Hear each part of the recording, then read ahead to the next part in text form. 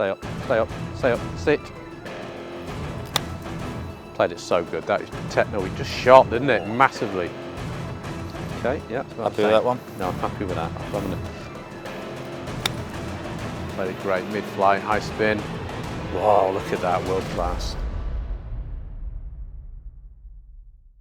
Hi everyone, I hope you're doing well and welcome back to the channel. Now, you may recognise this man's face, Hugh Pearson, PJ Pro at Woburn. We had an amazing match, 9-hole chipping match a few weeks ago. If you haven't seen the video, check it out.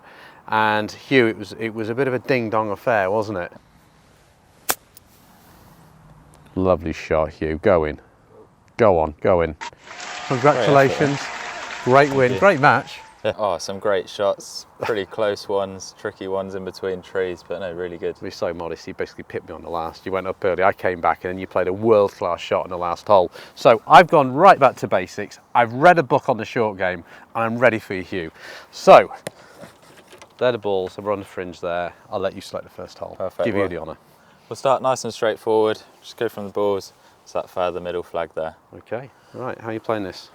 Play a little bit of a lower one, just get my 50-degree out. Even 50. Just sort of chase it up a little bit. Okay.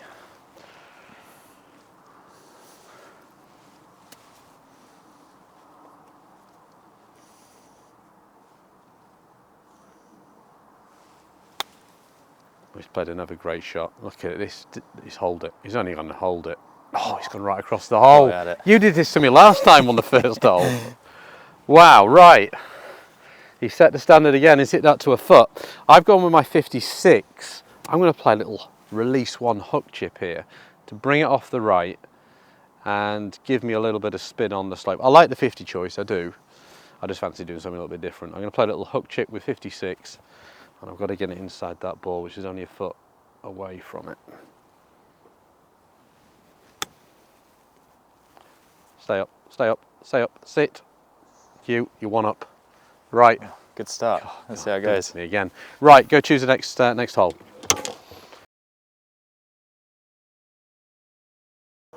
Right, you one up, well done. So, tell me where we're going.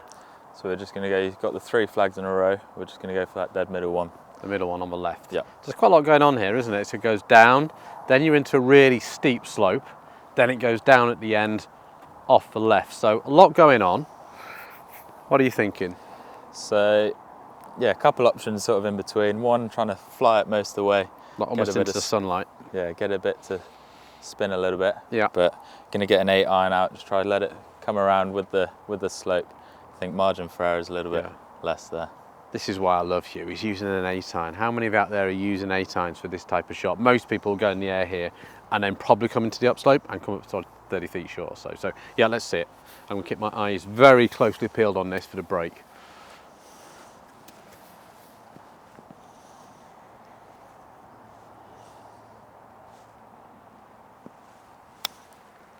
Didn't get that totally, did you? A bit heavy. A little heavy. Go on, run out. It's done all right though, because you used the right club. It's done all right, isn't it? Yeah. Because you used the right club, even though the strike wasn't perfect, it's still done okay, and that's a big lesson. If you'd stand over your 56 and didn't get it like that, it'd be so much further away, wouldn't it? 20 foot short at least. You used the 8 iron, did you? I quite like the 8 iron. I'm going to go with a 9, but I'm going to, again, like the last, just turn it over a little bit because it's that left to right slope. I want to put a little bit of right to left spin axis on this just to try and hold it on the edge of the green, let it roll down. 9 irons are about a 1/3 carry, 2/3 roll, so I'm picturing where I want to land that and then seeing it run out the rest.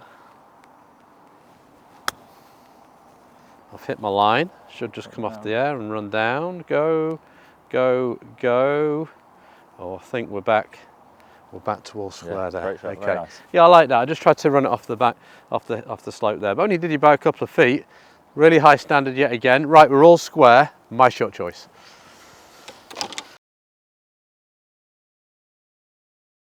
Right, I'm going to put you in an interesting situation here. So we've got a sort of dusty sandy lie.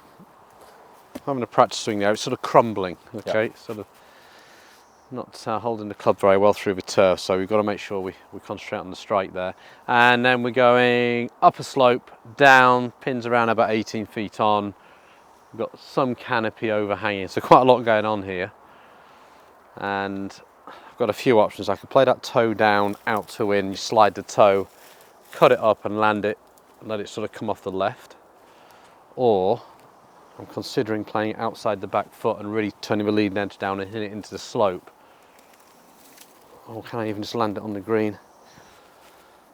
Gosh, it's a tough one, isn't it? Have you got in your mind what you're doing? Yeah, initial thought, just bare eye, thinking that toe down Toe down cut one, across yeah. it a little bit. Yeah. No, it's not an easy shot by any means. The green's quite firm at the moment. So I'm going to go outside the back foot and I'm going to hit it into the bank. See if I can work it up the bank. Like that. Go on then.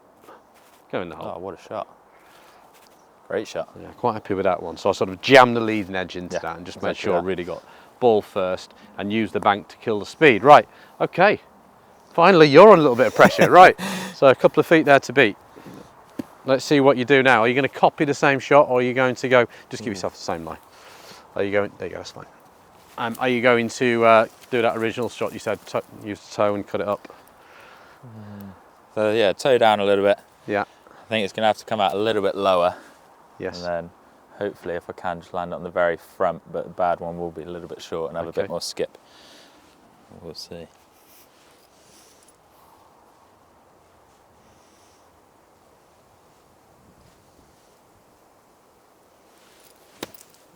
Oh, that's what I was slightly worried about, Hugh. With it been so, so crumbly and so soft, it kind of gave away. That's why I played it back in a stance.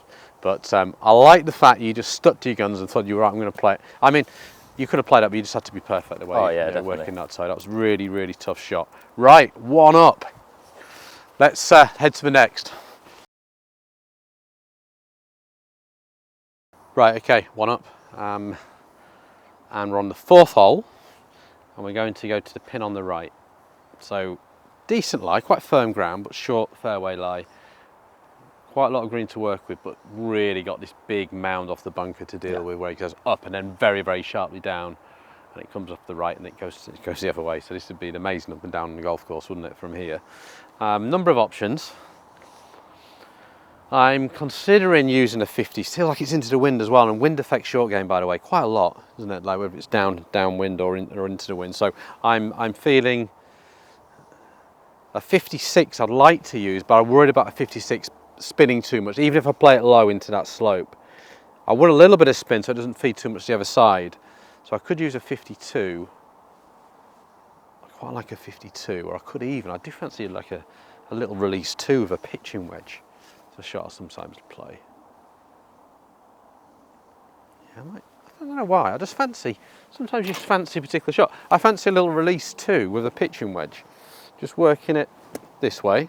A little bit of spin. The wedge is going to hit it fairly low.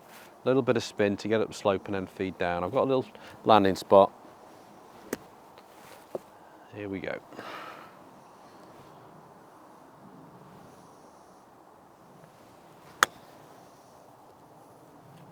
Go on then, be good.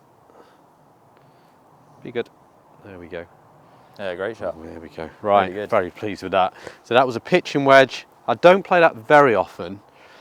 I remember I played one on the Marquis 7th hole when I went out and played 9 holes with half a set. So check out that video. I played one there, I remember. But that was, I just saw that, Hugh, in terms of going in low, but I wanted a bit of spin. So a little release 2 of a pitching wedge. So over to you, Hugh. How are you playing that? Yeah, so very similar. I think too much loft, get that spin with the wind. If it lands on the slope, you're going to end up, you know, a good distance away with a really tricky putt coming around. So a little bit less loft. I'm going to go for a 50. Okay. So a tiny bit more than yours. Try pitch it a little bit further. Are you going with a 1 or are you going with a 2? It's just a 1. You're going more 1. Keep it forward. Okay. Let it release up. Yeah. So.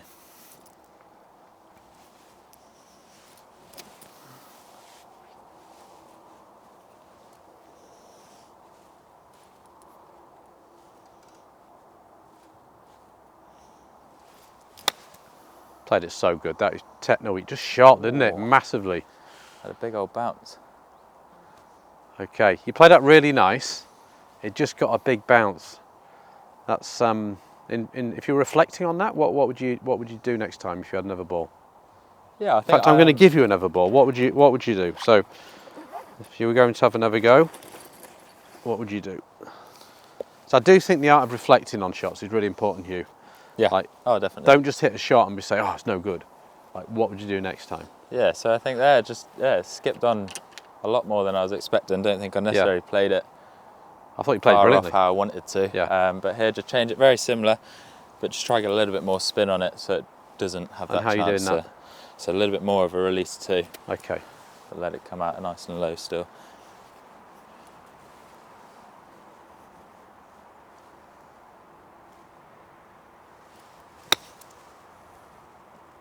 And just see the difference in that first bounce. Yeah? Yeah. That's a great shot.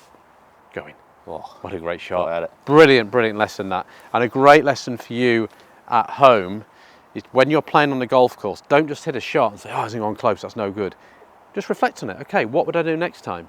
And you've learnt a great lesson and you played a fantastic shot next time round. So Hugh's improving all the time as a golfer, reacting to the last shot. And that's what we all should do as golfers. I'm not just get obsessed about the outcome, but I do believe I'm 2 up. Yeah. Revenge could be on the cards. Oh, come back but I know what you can do, so I'm not saying anything yet. Right, on to the 5th, let's go. Right, Hugh, brought you into the bunker, so we're going to play this as our 5th hole.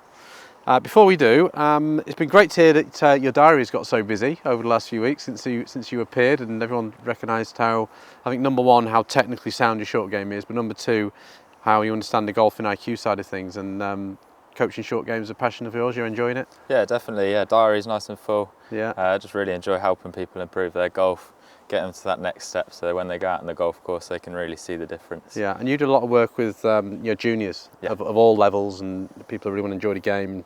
And what are your sort of top tips for juniors in terms of when they get going with short game? Oh, massively, just keeping it nice and creative, keeping it fun. We've got a fantastic facility here at Woburn where we can use it. The Tavistock, so many different shots you can play, so they can, really get that creativeness around the greens. Yeah, good. And like the fact you encourage new juniors to use all different types of clubs. Yeah. So you'll get them chipping 5-iron sometimes and sand wedges, rather not just using a lob wedge everywhere. No, definitely. Okay, which is brilliant. Okay, right. So we are going to play a plugged lie, Hugh. So we're going to totally plug it. If you want to stand on it a bit more, feel free. Are you okay with that? That's all good. That's happy. Okay. We're going to go for this near pin, so off a downslope. So we've got plugged lie, downslope, pin isn't that far on. I'm going to use my 60. This is definitely an emergency, so I'm using my 60 club. There's different ways to play plugged lie. I'm interested to see how you play yours. But I'm going to play mine with an open club face, quite drastically open, and I'm going to use the heel. The heel is a very sharp part of the wedge. It tapers in at the heel. So I'm going to use the heel to dig it in, really grip it tight at the back of the left hand there. And I'm going to open up and cut into it, and virtually no follow through to try and squeeze as much sand as I can under, which will hopefully pop it out, because obviously in the plug lie the sand wants to cover the ball, which why it generally comes out with a lot of forward spin. So let's give that a go. Forward lean, shaft lean forward early, stick it down. Need a bit of luck with these, of course. Let's see what we can do. Played it quite nice. That might be as good as I could do. It's run on maybe 12, 13, 14 feet past the hole, but from that lie, I genuinely don't think I could have played that any better. So you have to accept the limitations of the lie and try and get the result from there. So what have you got in your hand there? 60 as well. 60, okay. So you plug it in there. Okay, yeah. Happy with that one? No, I'm happy with that. I was having a quick check there. I thought you were being a bit kind to yourself there initially. Right, okay, so how are you playing it? Are you playing it open face or are you going to close it down? Yeah, so still open face. Yeah. So move it slightly back on my stance, trying to get a little bit steeper into it. So going in with that sort of, sharper part of the club. Don't want to be using too much of the back end, otherwise there's a chance of thinning it. Yeah, exactly. So. Would you normally always play your plug lies with an open face? Because I would sometimes shut it if I had more green to work with. Yeah, so very much depends on how much sand there could be underneath the ball, if it's fluffy, if it's wet, that side of things. If it's wetter, a bit thicker, probably shut it a bit more because you need that extra bit of sort of oomph behind it to get it out. Okay, but because it's light and fluffy, we're going open, yeah? Yeah. Right, you've got a bit of room there between my ball and the pin for you to pop it inside. Come on, let's see it.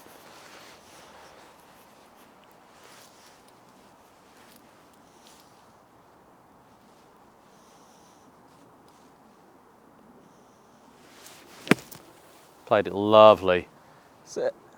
Played it nice. Oh, what do you reckon? Oh, I think we're going to have to have a look at that. I think you might have just done it. We're going to have a look. Played that nice. Yours came out nice and soft there, didn't it? Yeah, yeah, again, probably best I think could have done out of that lie. I think, yeah, that's you, Hugh. No doubt about it. Right, back. It's back to 1. He's doing it to me again. Right, back to 1. Your choice.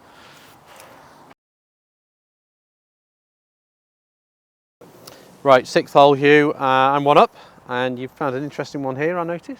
Yeah, so just going to go over the corner of the bunker, runs away downhill, so a little bit more of a tricky shot, less green to work with. Yeah, you're going for height here. Yeah, so I'll keep in the loft on the club, just help get a bit more spin. Don't necessarily need to throw it up, you know, really, really high. But yeah, if I can get that spin and get it to stop a little bit quicker, then we'll be all right. Okay, well, best of luck. Let's see it.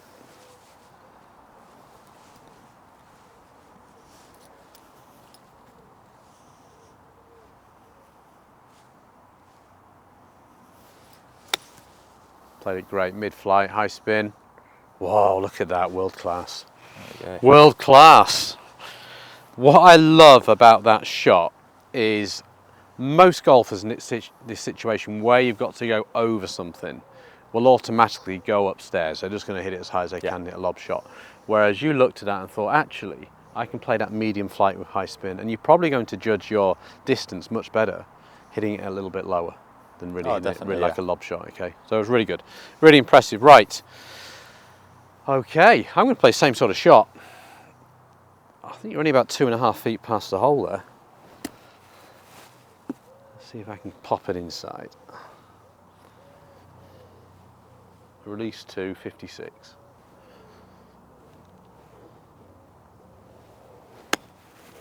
Right, as good as I can. Spin. Oh, go in. Sit. Oh, you just got me. Wow, keeping some standard again today. That's brilliant. Right, back to 2 with 3 to go. 3 holes left. 2 up with 3 to go. Come on. Right, let's go. That you beat me on the last hole last time off this downslope to the back pin. Okay, and we'll see if we can turn the tables on you. So this is a tricky shot because the ground has firmed up again. We had a lot of rain, didn't we, a few weeks ago, but actually now it's firmed up again, and we're going from a downslope onto a green and then goes up and then back down. It's really quick actually, isn't it, off the right at the end there. Quite a tricky pin position. So I'm going to play this with my 56. But because of a downslope, I know the ball's going to come out flatter, which is definitely what I need because I've got to get it up that upslope, but I have to have it going up that slope with spin. Because if I get it going up slope with less spin, it's just going to go. I mean, I could use a little hybrid or 7-iron bump in the bank or something like that here, but it's just going to go, isn't it? To get this close, I've got to play it low with spin. So I'm going 56. Anytime on a downslope, unless I really have to, I'm always looking to go low. It's looking like it's a release 1, even maybe release 0.5 to hit it down a little bit lower and make sure that leading edge goes with the slope. Moving quite a bit off the right, I've got to hit it about 8 feet right and then feed it down. This is a toughie. Ball back, weight forward. Release 1 or even less than that with a 56.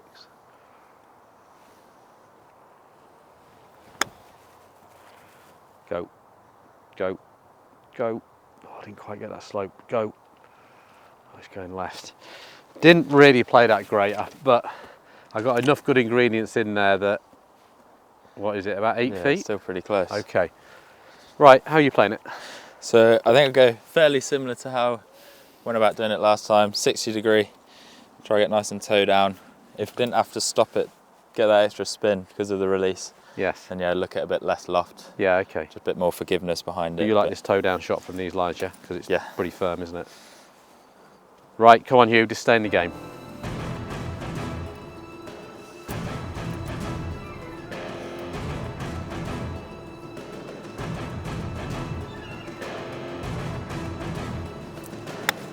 That's a great shot. Come out, toey, spinny.